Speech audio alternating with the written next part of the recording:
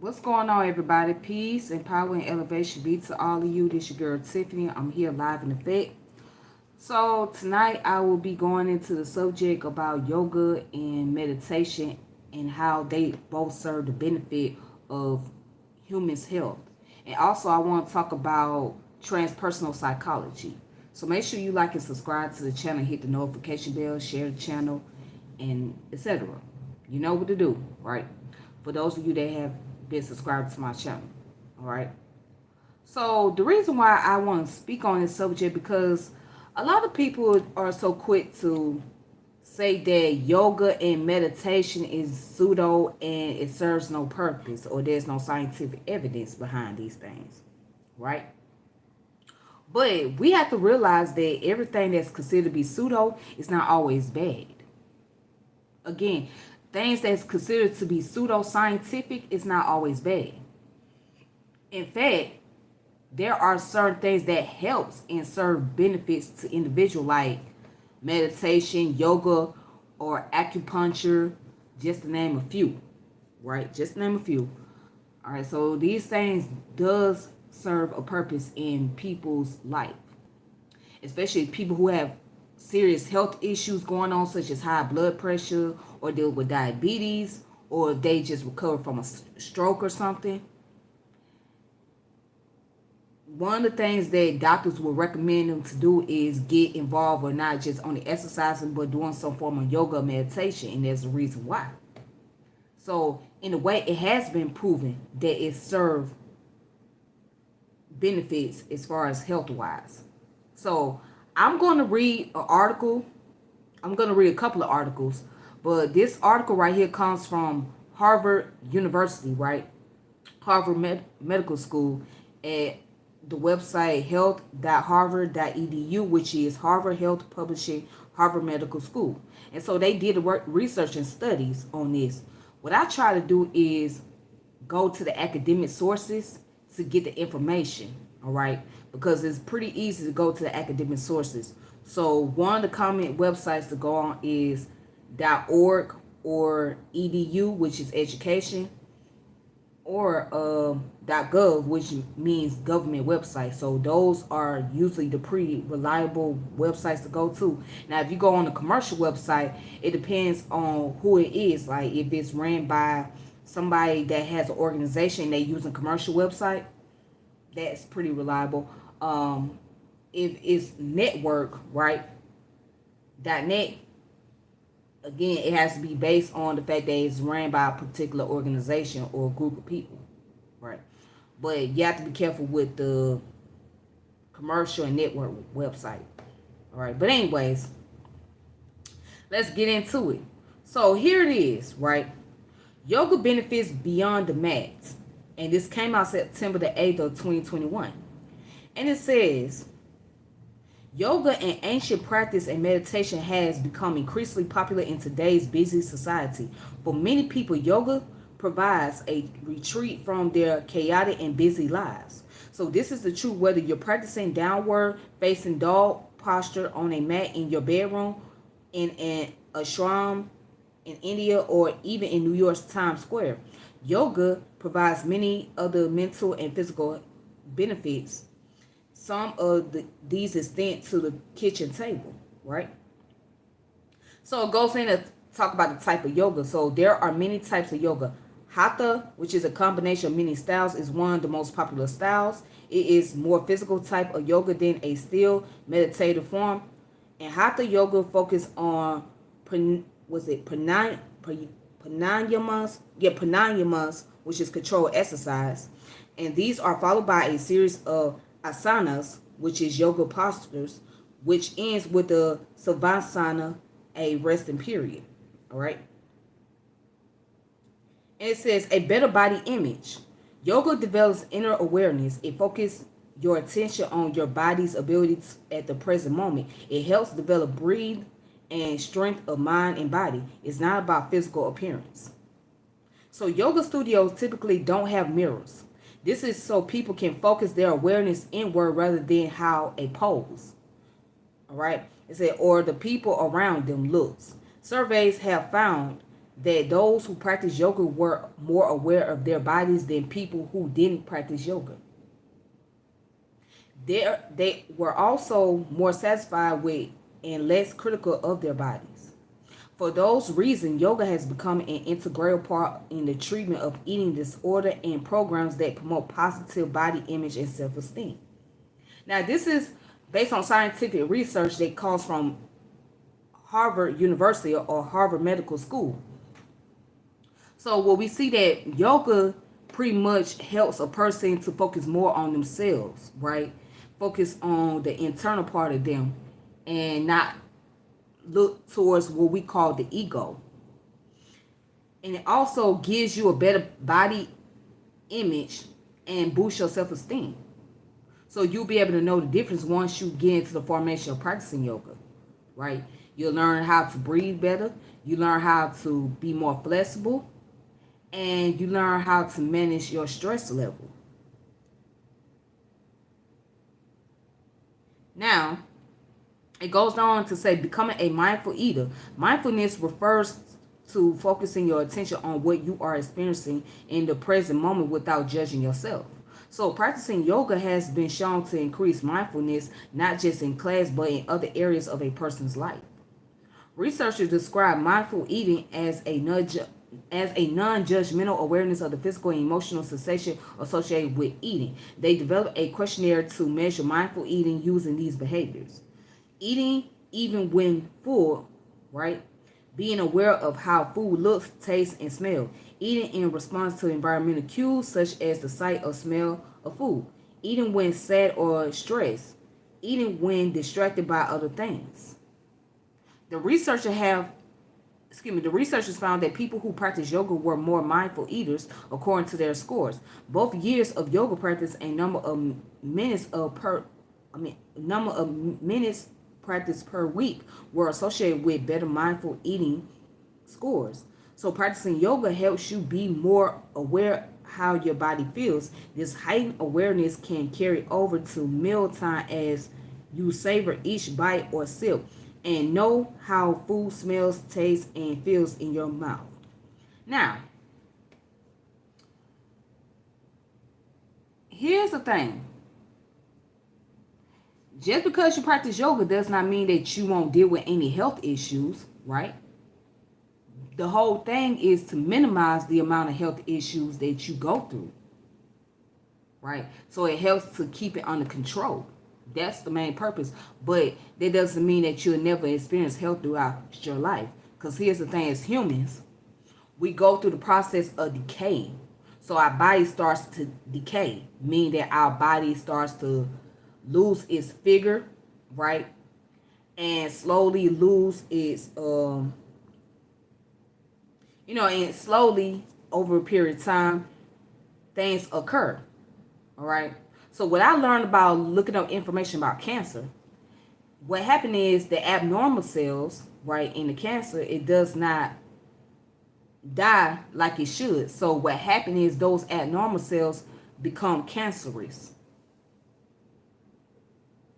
All right. So things going to happen because your body going through changes. And also you have to look at the climate and the environment that you live in. That plays a part into your health. Yes, a major part. All right. When people talk about chemtrails and all that, although we know that that information is not pretty valid, because if you study what they call the chemtrail, it's really not a chemtrail. It's basically the fuels that comes from the airplanes or whatnot. No different than the fuels that comes out your car. When you're driving, all that smoke that comes out in the back of your car, right? That comes from the gas, right? So it's similar. When the airplane going through the air and things like that, they burning fuels. The airplane's going to burn fuels, all right? So it's going to bring about smoke. But, people used to talk about chemtrails and they putting stuff in the air to make us sick or whatnot. In a way, that's true. And it's not really chemtrail, it's air pollution, okay? Because, there's different type of chemicals out there. And then there's nuclear plants.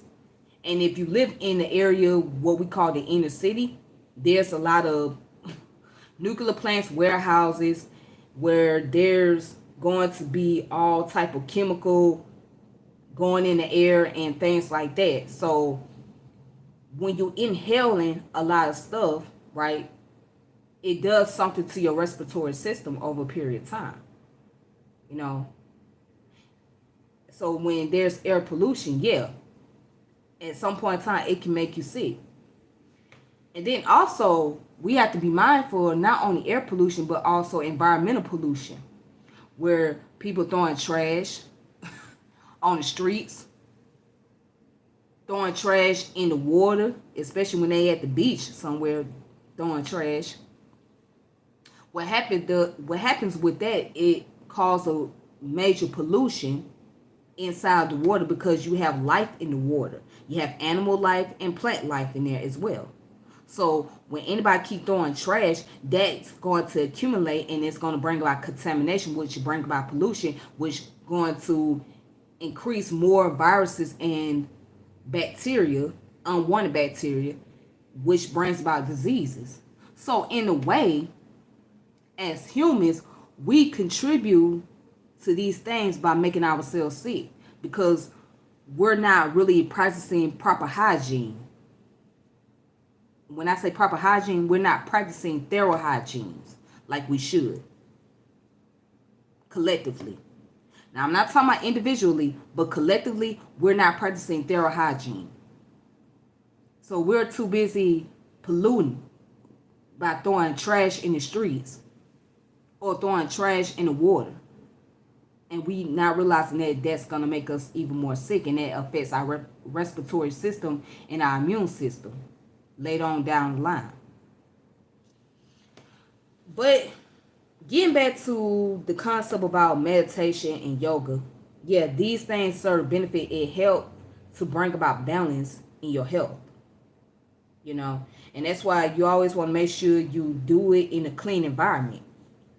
Okay, make sure that you're in a clean household or something, because when you clean your house, you bring more peace to yourself. All right. Excuse me. Yeah, you bring more peace to yourself when you clean your house. So, I mean, imagine meditating in a dirty environment or an environment that's not as clean. It will kind of drive you crazy. But if you make sure that your house is clean and it smells good, you got incense or you got candles burning or sage, which is aromatherapy, that makes it more pleasant and more peaceful. All right. But let's get back to this.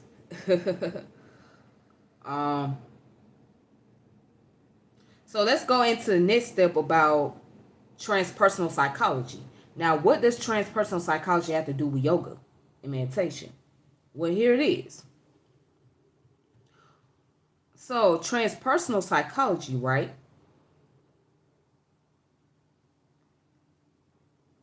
All right, so it goes on to say, according to Abraham Maslow hierarchy of needs, the ultimate goal of human development is self-actualization. This process refers to becoming the best version of yourself, reaching your fullest potential, and fulfilling your life purpose.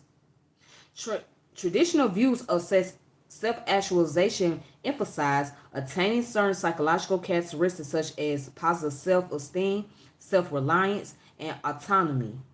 So, the transpersonal perspective of self-actualization goes beyond the ego and focuses on the connection to the higher self or consciousness. All right.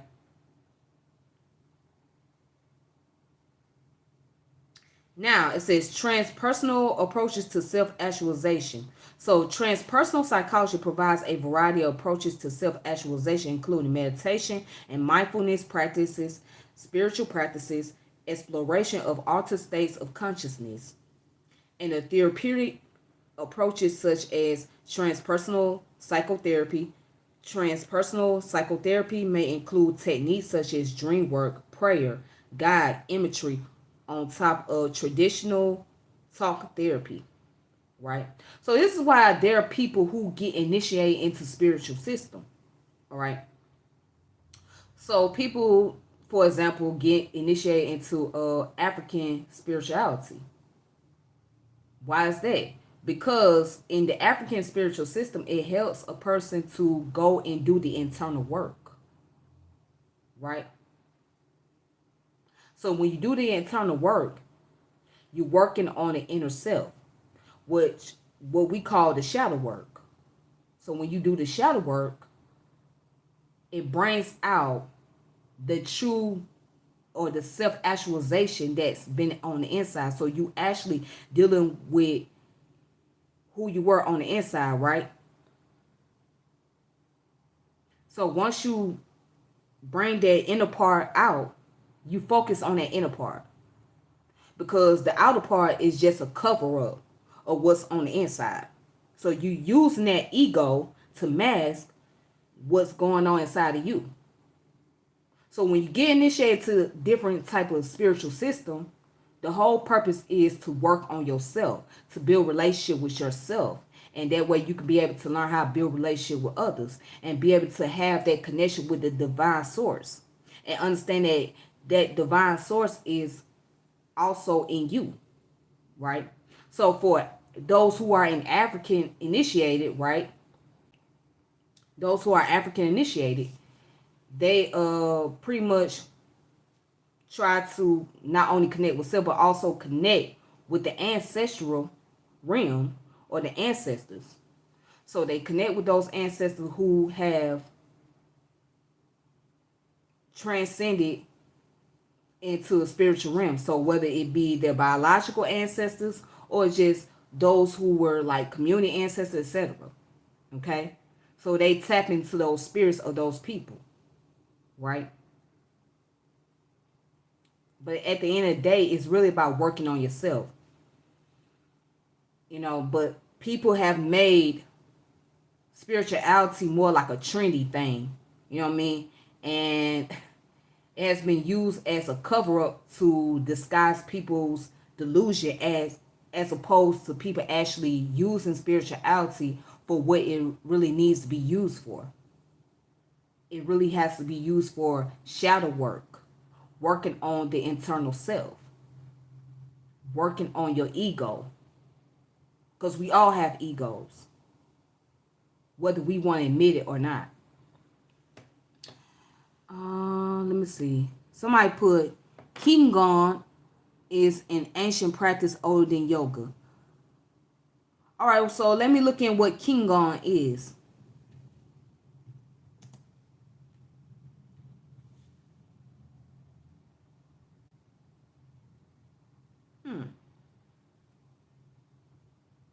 Okay, Qigong, or also known as Qigong. Qigong. All right, so Qigong is a system of coordinating body posture and movement, breathing, and meditation used for the purpose of health, spirituality, martial art training. And that's nothing wrong with that. There's nothing wrong with being able to get into martial art training and being able to whatever works for you. You know what I'm saying? But you don't necessarily have to practice yoga. People can also practice martial art, Tai Chi, Pilates, which basically deals with, the discipline of the mind and discipline of the body. So I read a lot of stuff that kind of associates with the martial art field, or that ties into spiritual, when spirituality meets martial art. Let's just put it like that. Like for example, I like to read on Taoism. So Taoism is a ancient Chinese philosophy, right? That deals with the way. The way is what we call the creator. Okay, but there are people who are Taoists that not only deal with meditation, but they also study martial arts along with that. So martial art is a very common thing in the Asian culture.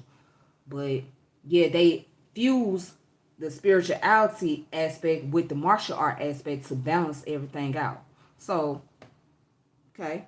So for whatever works for an individual, you don't necessarily have to deal with yoga.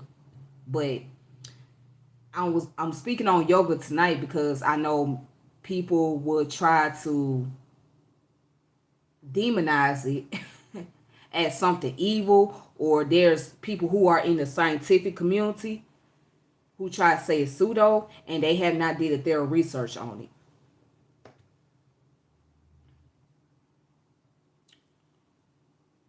But also, let me get back to transpersonal psychology. Okay. So right here, it also mentioned meditation and mindfulness practices are significant parts of the transpersonal approach to self-actualization. These practices calm the mind and help an individual focus on the present moment, which allows for a deeper connection with the self and the transcendental. Studies have shown that meditation can improve mental health and increase feelings of empathy and compassion. Spiritual practices are also an important part of transpersonal psychology. So, spiritual traditions such as Buddhism, Christianity, Hinduism provide a way to connect with something greater than yourself. Again, it's about going outside of yourself and deal with that divinity, right? Which can increase people's feeling of purpose and meaning in life. Mm. So the exploration of altered states of consciousness is another transpersonal approach towards self-actualization. These states, such as near-death experiences, psychedelic experiences, and mystical experiences, can provide profound insight regarding the nature of the human experience. For example, Groff's holotropic breathing can facilitate an altered state of consciousness useful to the transpersonal therapeutic process. All right. So altered states of consciousness can also be induced using psychedelic plants, and compound psychedelic assisted therapy has been shown in a meta-analysis of non-randomized clinical studies to be beneficial for mental disorder such as depression, anxiety, post-traumatic stress disorder, and social anxiety. All approaches to transpersonal psychotherapy incorporate elements inspired by spiritual tradition to help the individual go beyond the limitation of the ego, access the deeper parts of the psyche, and achieve greater self-awareness and self-actualization. That's beautiful. Um, and then goes on to say transpersonal psychology provides a different perspective on mental health and well-being than is portrayed by traditional psychology, emphasizing the importance of the spiritual and transcendental. It recognized the ultimate goal of mental health is not only achieving emotional and psychological stability, but also cultivating the spiritual and transcendent aspect of the self. Right? It says transpersonal therapy is a form of counseling and psychotherapy that encourages the exploration of one's inner wisdom by accessing a higher state of consciousness, spiritual exploration, and being in the present moment. All right, so a lot of people are not familiar with this subject matter, transpersonal psychology. A lot of people never heard of it, but it's very important to look into it. And for us, especially as African descended people, African Americans, and what we deal with on our consistent basis, right? Especially in the workplace, we need to take into consideration of looking into yoga, meditation, and studying about the science behind these things and why they are very important. And also study about psychology. All right. So while we're in the midst of studying spirituality, we should also study psychology as well. Okay. Because, and this is one of the aspect of psychology that we need to focus on, which is transpersonal.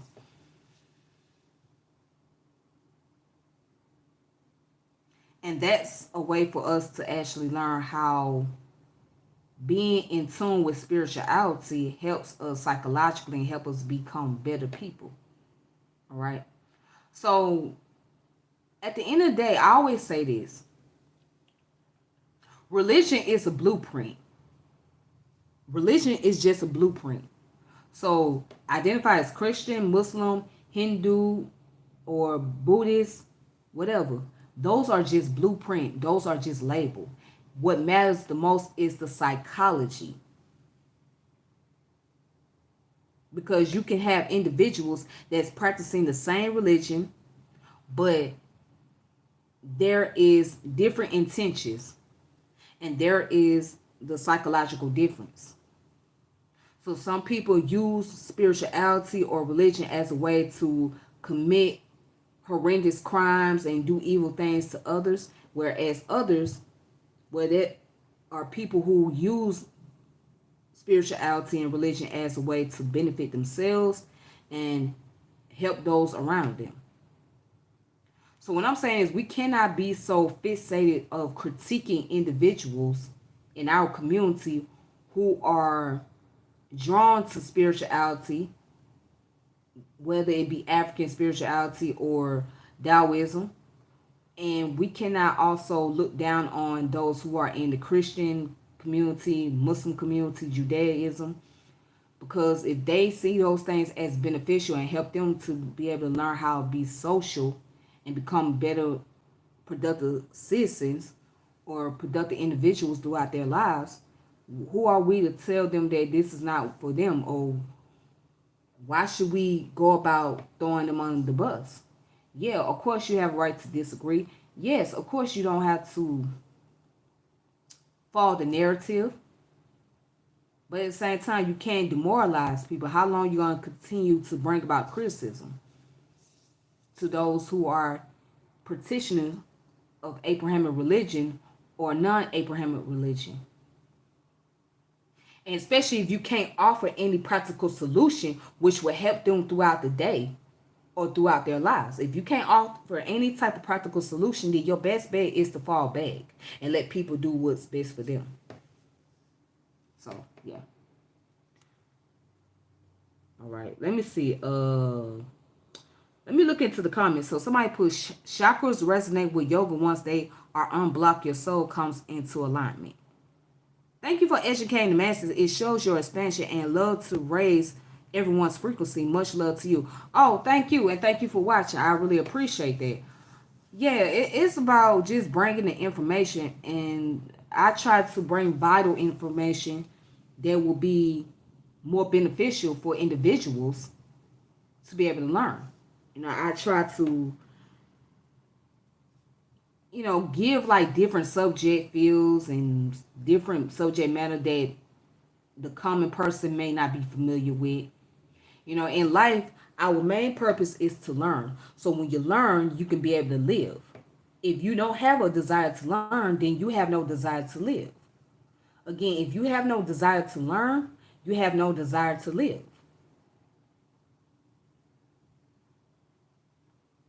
And that's the main thing. Because throughout life, you're going to learn. Right?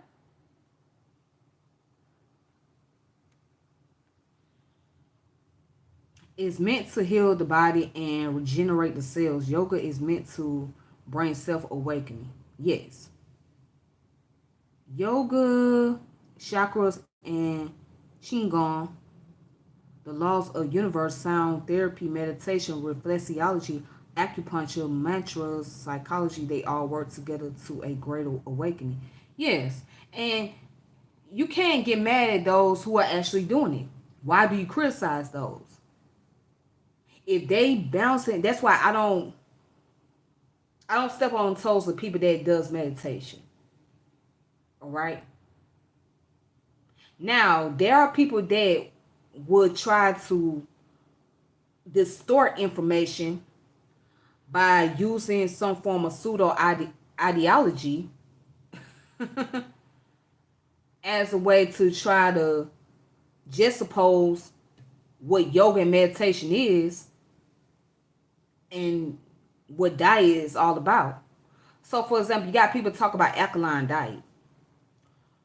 And I understand, I get it, but you can't totally rely on alkaline diet, right? Because why do you want to just be dealing with anything that's alkaline based? You don't want that, right? You got to be able to have something that's that will help put acid in your body.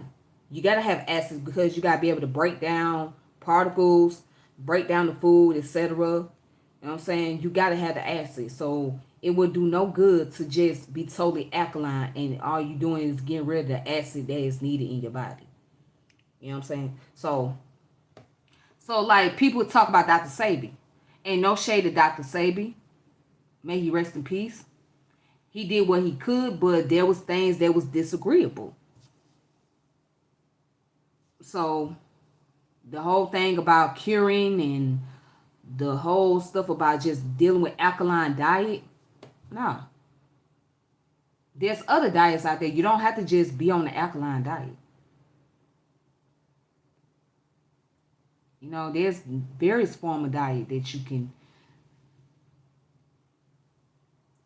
be on. Right? You got the keto diet, paleo diet, vegetarian, just name a few. And everybody don't have to be vegan. Everybody don't have to deal with vegan diet. Because too much of anything can really destroy you. Again, too much of anything can destroy you. So you just want to have a diet where you can be able to balance. That's what the purpose of having a diet is, to balance your eating habits. Balance your eating habits. That is the whole purpose of being on diets. To bring some discipline in the amount of food that you consume. That's what it's all about.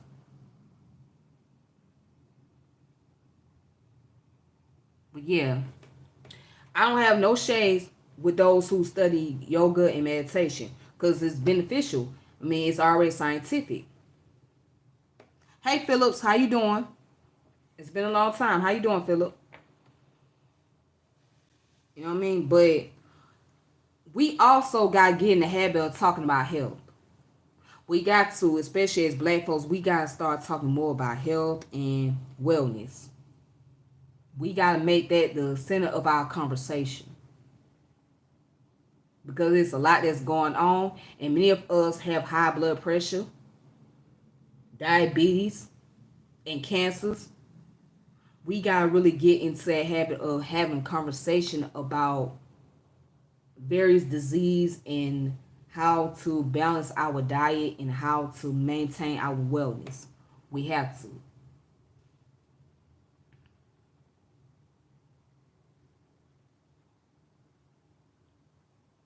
Right? But oh, thought this was hold on.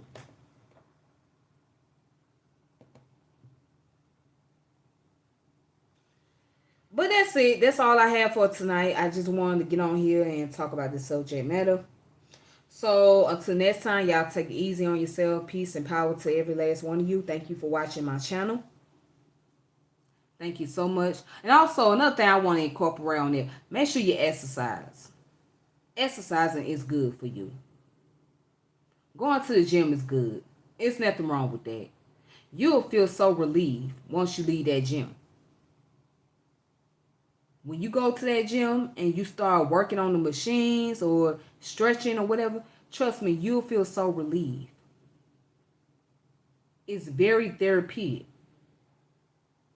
So for me, I look at the gym as a therapy. Yep, I look at the gym as a therapy. So just try it. Just go to the gym. Go to the gym and trust and believe you will feel totally different. Because if you have time to go to the club or go out to the bar, you got time to take your behind to the gym. You know what I'm saying? If you got time to go to the club and go to the bar, you got time to take your ass to the gym. You know what I'm saying? And don't just do it because you want to look good on the outside. Do it because you want to benefit your health. Benefit your health. That's your priority. Health is your wealth. Health is your wealth. All right, y'all. But again, y'all take it easy. It's the chemical in the food people are unaware of. It's been passed down for generations. Also, health is linked to emotion. Absolutely. You're right. Health is linked to emotion. That's when we deal with the concept of emotional health and mental health. You're right.